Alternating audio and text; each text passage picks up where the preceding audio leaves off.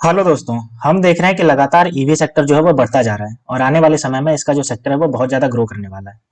तो वैसे ही एक कंपनी है जो ईवी सेक्टर में काम करती है, वो अपना आईपीओ लेकर के आ रही है, जिसका नाम है इक्सिकॉम टेली सिस्टम लिमिटेड। ये अपना आईपीओ लेकर के आ रही है, ठीक है।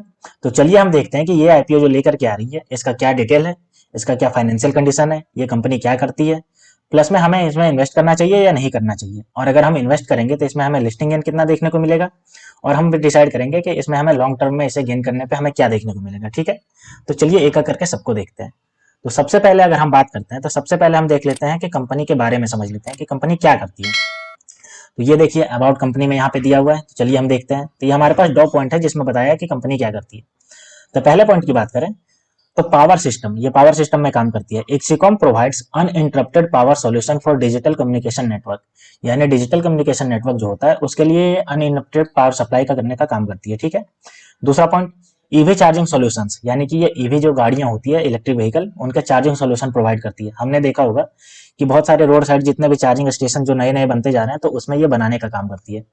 Exicom has deployed over 61,000 AC and DC chargers in India and South East Asia, यानी कि ये जो है वो 61,000 चार्जिंग स्टेशन बना चुकी है इंडिया और साउथ ईस्ट एशिया में मिला करके।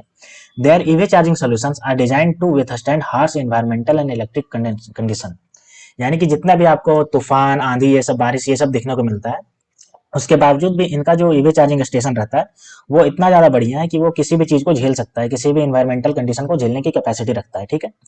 तो हमने देख लिया कि ये जो कंपनी है वो आपका पावर सिस्टम में काम करती है और आपका ईवी चार्जिंग स्टेशन बनाने का काम करती है, ठीक है। जिससे कि ईवी जो इलेक्ट्रिक व्हीकल जो आने वाला समय है उससे जितनी भी गाड़ियां चार्ज होगी उसमें सीधा फायदा इसको होगा, ठीक है। अब चलिए हम देखते हैं कि ये कंपनी जो आईपीओ लेकर के आ रही है इसका उद्देश्य क्या है, यानी ये जो फंड जुटाएगी उस पैसे का ये करेगी क्या। तो यहाँ पे देखिए इसका जो आईपीओ का उद्देश्य है यहाँ पे ऑब्जेक्टिव इसने लिख रखा है। तो चलिए एक एक करके सबको पढ़ते हैं।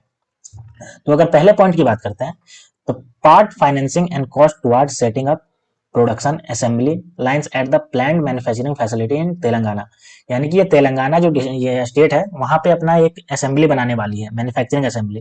तो वहां पे जो पैसे यूज करेगी उसमें ये यूज करेगी, ठीक है। दूसरा, रीपेमेंट प्रीपेमेंट इन पार्ट और full of certain borrowing of the company, यानी कंपनी जो अपना कुछ कर्ज लिया अपने बिजनेस को चलाने के लिए उसको ये खत्म करने का काम करेगी और वापस चुकाने का काम करेगी। Part funding incremental working capital requirement, यानी कि इसका जो बिजनेस बढ़ता जा रहा है तो उससे इसका कैपिटल रिक्वायरमेंट भी बढ़ता जा रहा है बिजनेस को चलाने के लिए, तो उसमें ये काम करेगी, ठीक। अगले पॉइंट की बात करें तो ये आपका जो है investment in are and D and product development, यानी कि रिसर्च एंड डेवलपमेंट में ये पैसे खर्च करेगी। तो हम जानते हैं कि आने वाला समय जो है वो ईवी सेक्टर का कितना ज्यादा है और रिसर्च एंड डेवलपमेंट अभी इसका बहुत ज्यादा चल रहा है। तो ये जो कंपनी है ये भी रिसर्च एंड डेवलपमेंट में काम करेगी, ठीक है। अगला अगर बात करते हैं तो जनरल कॉर्पोरेट पर्पस, यानी और भी जो छोटे मोटे काम होते हैं कंपनी में उन सब में जो पैसे खर्च होते हैं उसमें ये खर्च करेगी। तो ओवरऑल अगर हम बात करें इसके ऑब्जेक्टिव की तो ये बहुत अच्छा ऑब्जेक्टिव है। अपना ये जो है वो मैन्युफैक्चरिंग प्लांट सेटअप करने के लिए बात कर रही है तेलंगाना में, साथ ही ये आपका रिसर्च एंड डेवलपमेंट पे काम करने की बात कर रही है, अपना बिजनेस बढ़ाने के लिए वर्किंग कैपिटल में यूज करेगी, साथ ही कुछ ऐसे जो है वो पार्ट पेमेंट में यूज करेगी अपना जो बोरिंग चुकाने के लिए। तो ये सब जो है वो बहुत अच्छा है, ठीक है। अब चलिए कंपनी का ऑफर को देख लेते हैं कि कंपनी जो है वो ऑफर क्या लेकर के आई है। ये देखिए हमारे पास इसका कंपनी का ऑफर डेटा आ गया, ठीक है। तो चलिए एक करके देखते हैं कंपनी क्या ऑफर लेकर के आई है। तो ये देखिए हमारे पास इसका पूरा डेटा ये है। तो चलिए एक करके सबको देखते हैं। तो अगर हम आईपीओ डेट की बात करें तो ये आपका जो है वो 27 फरवरी को ओपन हो चुका है, जो कि 29 फरवरी को जाकर के क्लोज होगा, ठीक है। अगर फेस वैल्यू की इसकी बात करें तो 10 रुपये का फेस वैल्यू रहने वाला है पर शेयर। प्राइस बैंड जो इसका है वो 135 रुपये से 142 रुपये का प्राइस बैंड है इसका। और लॉट साइज की वही बात करें तो 100 शेयर का लॉट साइज है, यानी आप अगर रिटेल हो तो मिनिमम आपको 100 शेयर लेना पड़ेगा, ठीक है। टोटल इशू साइज की अगर बात करें तो ये देखिए आपको 429 करोड़ का टोटल इशू साइज है। वहीं अगर फ्रेश इशू की बात करें तो आपका देखिए ये फ्रेश इशू जो है वो आपका है 329 करोड़ का फ्रेश इशू है, प्लस में ऑफर फॉर सेल जो है वो आपका 100 करोड़ का ऑफर फॉर सेल है यहाँ पे देखिए, ठीक है। यानी कि इसमें जो पहले से इन्वेस्टर जो है, यानी कि इनका जो प्रमोटर है वो अपना 100 करोड़ का जो शेयर है उसको बेच रहे हैं, ठीक है। इशू टाइप की अगर बात करें तो ये आपका बुक बिल्डिंग इशू है, ठीक है, यानी कि अपना कंपनी का वैल्यूएशन बढ़ाना चाह रही है। साथ ही ये लिस्टिंग जो करने की बात कर रही है वो बीएसई और एनएससी दोनों पे जाकर के लिस्ट होगी, ठीक। तो हमने इसके पूरे आईपीओ को देख लिया कि इसका क्या ऑफर लेकर के आई, ठीक है। अब चलिए हम इसके टाइमलाइन को थोड़ा देख लेते हैं। तो ये हमारे पास इसका टाइमलाइन का डेटा आ गया। तो चलिए एक एक करके मैं बता देता हूँ कि ये कब ओपन होगा और कब जाकर के क्लोज होगा और आपके डिमेंट अकाउंट में ये कब आपका शेयर पहुंचेगा अगर आपको अलॉट हुआ तो आईपीओ ओपन मैंने बता दिया 27 को होगा, वहीं मैंने क्लोज भी बता दिया आपको कि 29 तारीख को ये क्लोज हो जाएगा। बेसिस ऑफ अलॉटमेंट की बात करें तो ये यानी कि आपका 1 मार्च को पता चल जाएगा कि किसको किसको अलॉटमेंट हुआ है। जिसको नहीं अलॉटमेंट होगा उसका रिफंड हो जाएगा 4 मार्च को। और साथ ही जो डीमेट अकाउंट में वो 4 मार्च को ही क्रेडिट हो जाएगा डीमेट अकाउंट में, ठीक है।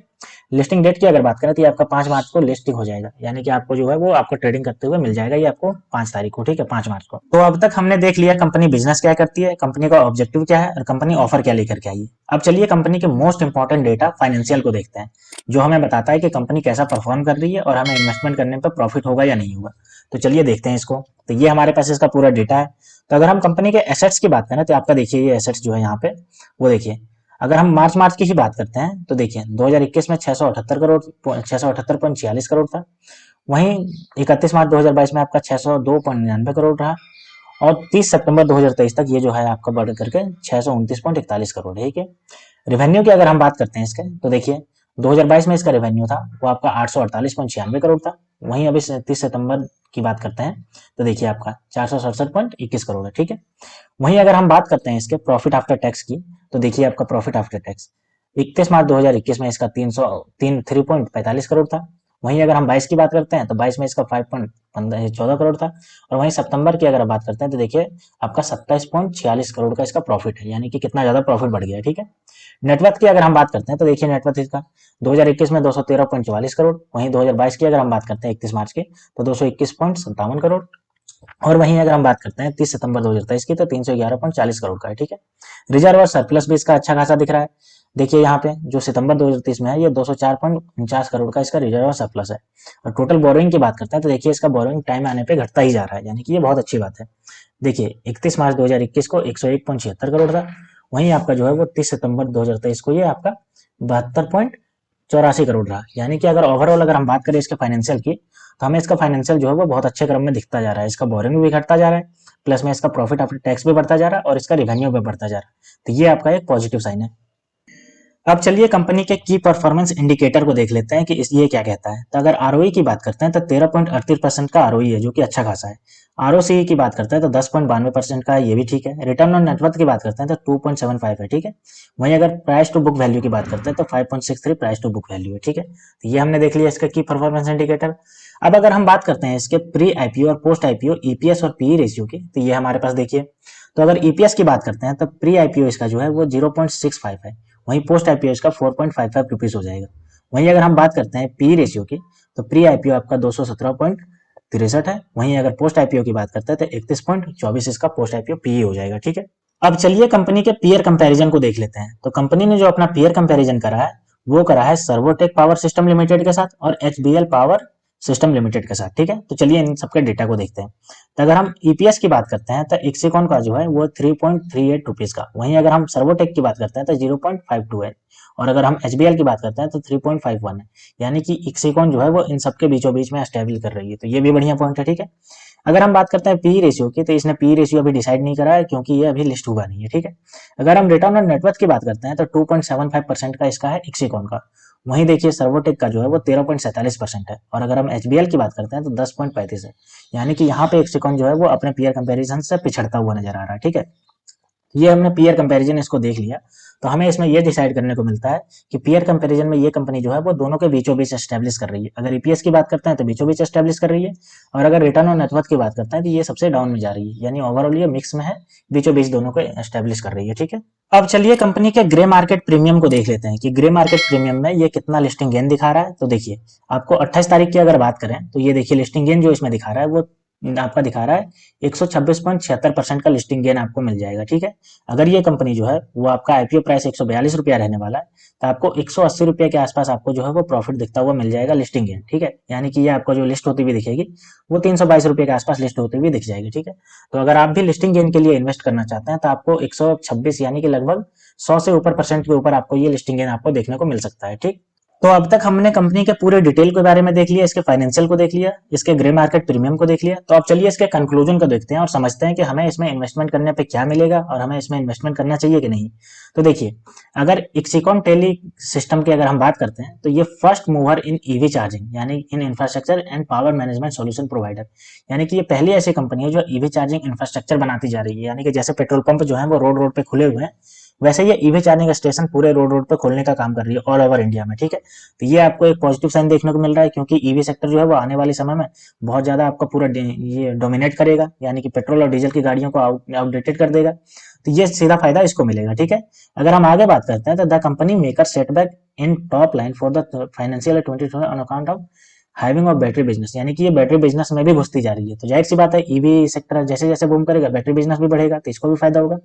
The company is expanding its capacity with new project at Hyderabad, यानी कि मैंने अभी बताया ना आपको कि ये तेलंगाना में अपना मैन्युफैक्चरिंग कैपेसिटी बना रही है, वैसे ही ये हैदराबाद में भी अपना एक प्रोजेक्ट बना रही है, तो इससे भी फायदा होगा इसको। अगर हम बात करते हैं फाइनेंशियल 2024 के एनुअल अर्निंग का, तो the issue appeals fully price, यानी कि ये जो है आपका जो आ रहा है वो अच्छे खासे प्राइस पे है, ना तो ये लोअर प्राइस है ना ये हाइयर प्राइस है जो आईपीओ आ रहा है इसका, ठीक है। तो इसमें आप अच्छे खासे पे प्राइस पे आपको खरीदने को मिल सकता है, ठीक है।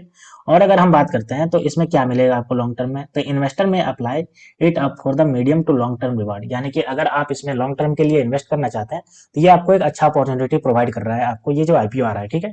क्योंकि आने वाला समय जो है वो ईवी सेक्टर का रहने वाला है, और जैसे जैसे ईवी सेक्टर ग्रो करेगा ये कंपनी का बिजनेस बढ़ेगा, और at the end of the day आपका जो इन्वेस्टमेंट मनी है वो आपका बढ़ेगा, ठीक है। तो दोस्तों ये था पूरा detail analysis Exicom Tele Systems Limited जो आईपीओ अपना लेकर के आ रही है उसका। तो आप भी थोरोली एनालाइज करिए और उसके बाद आप खुद डिसीजन लीजिए कि आपको इसमें इन्वेस्ट करना है या नहीं। और अगर आपको इन्वेस्ट करना है तो लॉन्ग टर्म के लिए करना है या सिर्फ आपको लिस्टिंग गेन के लिए करना है, ठीक है। तो दोस्तों ऐसे ही वीडियो देखने के लिए आप मेरे चैनल को सब्सक्राइब कर लीजिए। तो मिलते हैं दोस्तों नेक्स्ट वीडियो में, तब तक के लिए स्टे ट्यून्ड, थैंक यू।